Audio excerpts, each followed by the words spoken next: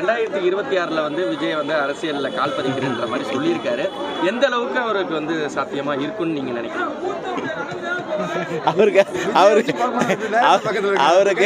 அவரை கேட்டு தான் நீங்கள் கேட்குறீங்க. என்னென்னா அரசியலுக்கு யார் வேணாலும் வரலாங்க, யார் வேணாலும் வரலாம். என்னார் தான் வரணுங்கிற அவங்களுக்கு இந்த இது தெரியணும், இந்த சட்டம் தெரியணும், இந்த மக்களை நேசிக்கின்ற யார் வேணாலும் வரலாம். இதில் விஜய் மட்டும் விதிவிலக்கு இல்லை.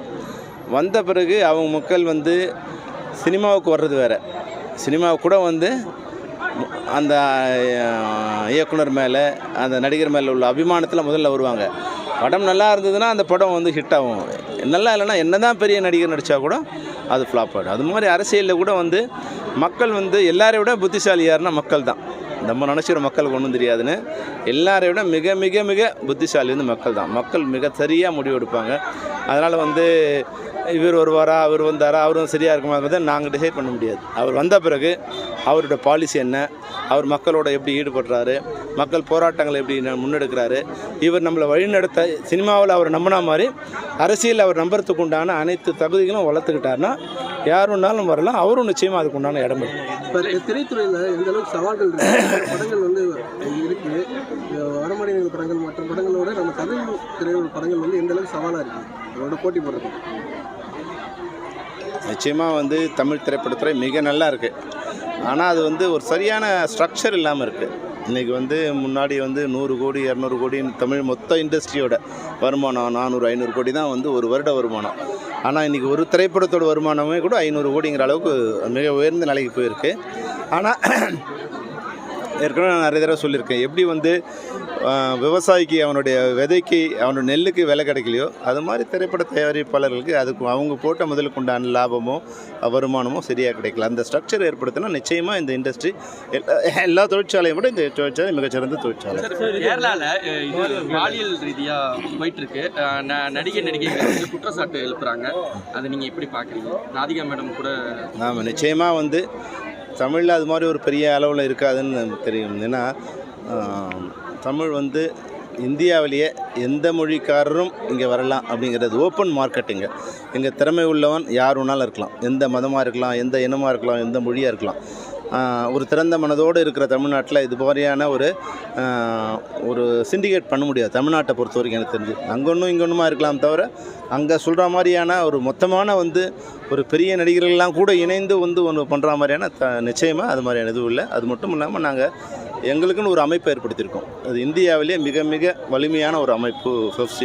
அதனால் வந்து யார் எவ்வளோ உச்சத்தில் இருக்கவங்க தவறு பண்ணால் கூட எங்களால் அதை வந்து தட்டி கேட்க முடியும், சரி பண்ண முடியும். அதனால் தமிழ்நாட்டில் இருக்க வாய்ப்பு இல்லை. இருந்தாலும் எங்கேயும் அங்கொன்னும் இங்கேனுமா இருக்கலாம். இது யாராவது எனக்கு தெரியாமல் சொல்ல முடியாது. ஆனாலும் நாங்கள் வந்து சரியான முறையில் வழிநடத்தும். இப்போ ஜீவா கூட இடையில கேட்டதுக்கு கோவப்பட்ட செய்தியாளர் இல்லை, கோவப்படுறதில்ல. இதே தான் அவர் சொன்னார், நான் எதுக்கோ வந்தேன், நீங்கள் எதுக்கோ கேட்பீங்க, வேறு ஒரு விஷயத்தை போடுவீங்க. இப்போது பத்திரிகை துறையில் வந்து முன்னாடி வந்து எல்லாம் அவங்கள கேட்க ஒரு அமைப்பு இருந்தது. இப்போ யூடியூபர் நான் நினச்சா நாளைக்கு பத்திரிக்கைக்காரன், நான் சினிமாக்காரன் மட்டும் இல்லை, நான் ஒரு யூடியூப் ஸ்டார்ட் பண்ணால் நானும் ஒரு பத்திரிக்கைக்காரன். அப்போ என்னை கேட்க எந்த விதமான வரைமுறையும் இல்லை. அப்போ அது மாதிரி ஒருத்தர் ஏதோ ஒரு டேக் லைன் போடும்போது அது உள்ளே போய் டேக் லைனுக்கும் உள்ளே இருக்கிற கண்டென்ட்டுக்கும் விஷயம் இருக்காது.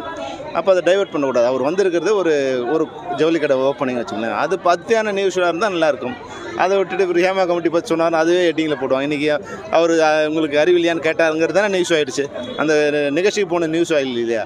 அதனால் அவர் அந்த சரி இது எவ்வளோ கஷ்டப்பட்டு படம்லாம் எடுக்கிறீங்க, இரவு பகலாக வந்து இது பண்ணுறீங்க. பார்த்தீங்கன்னா படம் தேட்டருக்கு வரதுக்குள்ளே வெளில இதாக இல்லையா? அதுக்கு ஏன் முற்றுப்புள்ளின்னா வைக்காமல் இருக்கீங்க? நீங்கள் தான் பத்திரிக்கைக்காரங்க உதவி பண்ணணும். இப்போ எல்லாருக்கும் ஒரு பாதுகாப்பு இருக்குது. இந்தியாவில் வந்து இன்றைக்கி வந்து அமெரிக்காவிலேருந்து ஒரு சாஃப்ட்வேர் இருக்குது வச்சுக்க, அதை நான் திருட்டுத்தரமாக பைரசி பண்ணால் உடனே போலீஸ் வந்து என்ன அரெஸ்ட் பண்ணுறாங்க. யாருக்கு? அமெரிக்காவில் மைக்ரோசாஃப்ட் பண்ண ஒரு சாஃப்ட்வேரை நான் வந்து பைரசி வாங்கி போட்டால் என்னோடய ஆஃபீஸுக்கு போலீஸ் வருது.